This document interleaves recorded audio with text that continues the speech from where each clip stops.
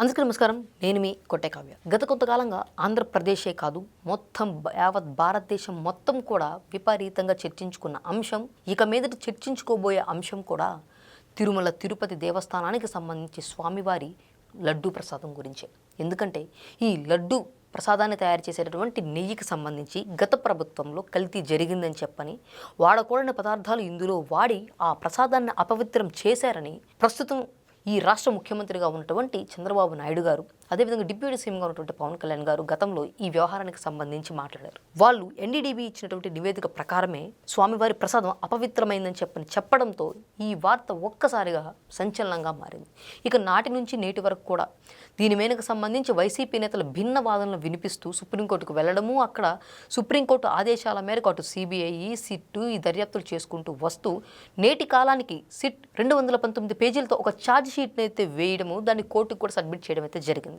తన రిపోర్ట్లో క్లియర్గా కొన్ని విషయాలు ప్రస్తావిస్తూ 36 మంది నిందితులను చేర్చడము, ఈ వ్యవహారం కల్తీ జరిగిందని నిర్ధారించి దాదాపు 235 కోట్ల రూపాయలు అక్రమంగా దోచేశారని, ఇక ఆ దోచేసిన డబ్బును కూడా ఈ వైసీపీ నేతల నుంచి ముక్కుపిండి కక్కించేందుకు ఏకంగా ఈడీని కూడా రంగంలోకి దింపుతున్నారు.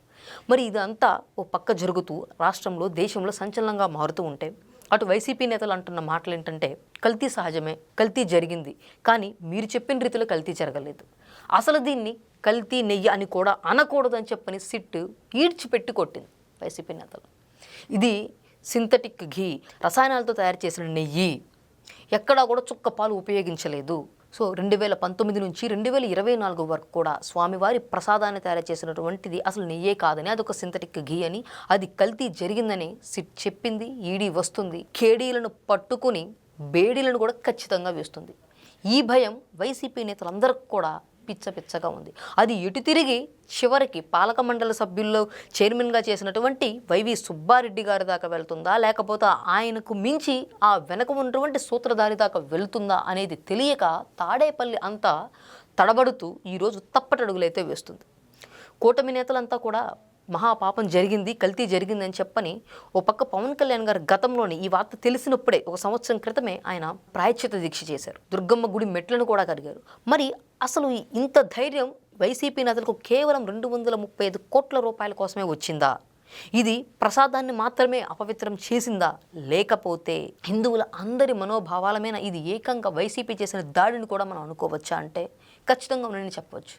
ఎందుకంటే అయోధ్య రామ మందిరం ఇది కొన్ని సంవత్సరాల తరబడి భారతీయులు అందరూ కలలు కన్నటువంటి ఒక మహా సంకల్పం. ఎట్టకేలకు పిఎం నరేంద్ర మోదీ గారి యొక్క సారథ్యంలో ఈ రామ మందిరాన్ని కట్టుకుని దాన్ని అంగరంగ వైభవంగా కూడా ప్రతి ఒక్క భారతీయుడు గర్వపడేలాగా ఒక పండుగలా జరుపుకున్నారు. అటువంటి అయోధ్యకు సైతం ఈ కెమికల్స్తో తయారైన నెయ్యిని, ఆ నెయ్యి నుంచి తయారు చేసినటువంటి లడ్డులని, దాదాపు 1 లక్ష లడ్డుల్ని అయోధ్యకు సైతం కూడా పంపించారు. అంటే వైసీపీ చేసినటువంటి దాడి ఆంధ్రప్రదేశ్లో ఉన్నటువంటి హిందువుల వరకు మాత్రమే ఆగలేదు. వీళ్ళ యొక్క దిగజారుడుతనం, వీళ్ళ యొక్క తెగింపు అనేది దేశం మొత్తం కూడా పాకింది. మరి దీనిపై దేశస్థాయిలో ఉన్నటువంటి ఢిల్లీలో ఉన్నటువంటి బీజేపీ పెద్దలు కూడా నోరు మెదుపుతారా లేదా అనేది భవిష్యత్తులో తెలుస్తుంది. అసలు వైసీపీ నేతలు ఇటువంటి మహాపాపం చేయడానికి, ఈ మొత్తం ప్లాన్ వేసుకోవడానికి ముహూర్తం ఎప్పుడు పెట్టారో ఒకసారి మనం చూద్దాం.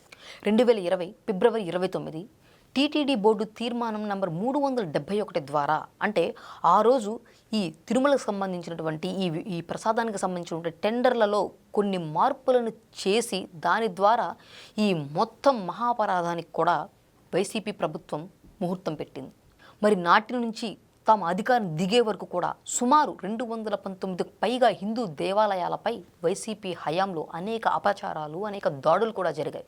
ఫర్ ఎగ్జాంపుల్ మనందరికీ తెలిసిన విషయమే, 2020 సెప్టెంబర్ 6 అంతర్వేది శ్రీ లక్ష్మీ నరసింహస్వామి వారి యొక్క రథాన్ని తగలబెట్టడం దగ్గర నుంచి రామతీర్థం రాములు వారి యొక్క శిరస్సును ఖండించడం వరకు కూడా ఒకటారండి. మరి ఇవన్నీ జరిగినా, ఇంత చేసినా సరే నేటికి కూడా వైసీపీ నేతలు దేవాలయాలకు సంబంధించిన విషయం అయితే కావచ్చు, కల్తీ అసలు జరగలేదు అనే అంశాన్ని అయితే కావచ్చు, ఇప్పటికీ కూడా ప్రస్తావించినవైనా మనం చూస్తూనే ఉన్నాం.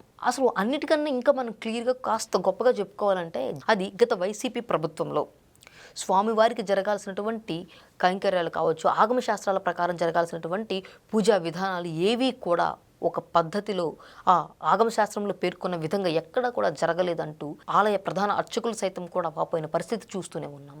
అసలు సాక్షాత్తు నాడు సీఎంగా చేసినటువంటి జగన్మోహన్ రెడ్డి గారైతే డిక్లరేషన్ మీద సంతకం పెట్టాల్సి వస్తుంది అంటే కూటమి ప్రభుత్వం వచ్చిన తర్వాత ఎక్కడ డిక్లరేషన్ మీద సంతకం పెట్టాలి అని చెప్పనటువంటి ఆలోచనతో కనీసం దర్శనానికి కూడా వెళ్లకుండా ఆగిపోయిన పరిస్థితిని నేడుకి మనం చూస్తూనే ఉన్నాం. మరి గత ప్రభుత్వంలో నాటి వైసీపీ నేతలు చేసినటువంటి ఈ మహాపచారానికి మరి నేడు చేసిన తప్పును సమర్థించుకుంటున్నటువంటి వారి మూర్ఖత్వానికి తెర అతి త్వరలోనే పడబోతుందంటంలో ఎలాంటి సందేహం అయితే లేదు. సో ఈ వీడియో కనుక మీకు నచ్చినట్లయితే లైక్ చేయండి, షేర్ చేయండి, మీ విలువైన అభిప్రాయాన్ని కామెంట్ రూపంలో తెలియజేయండి. Thank you.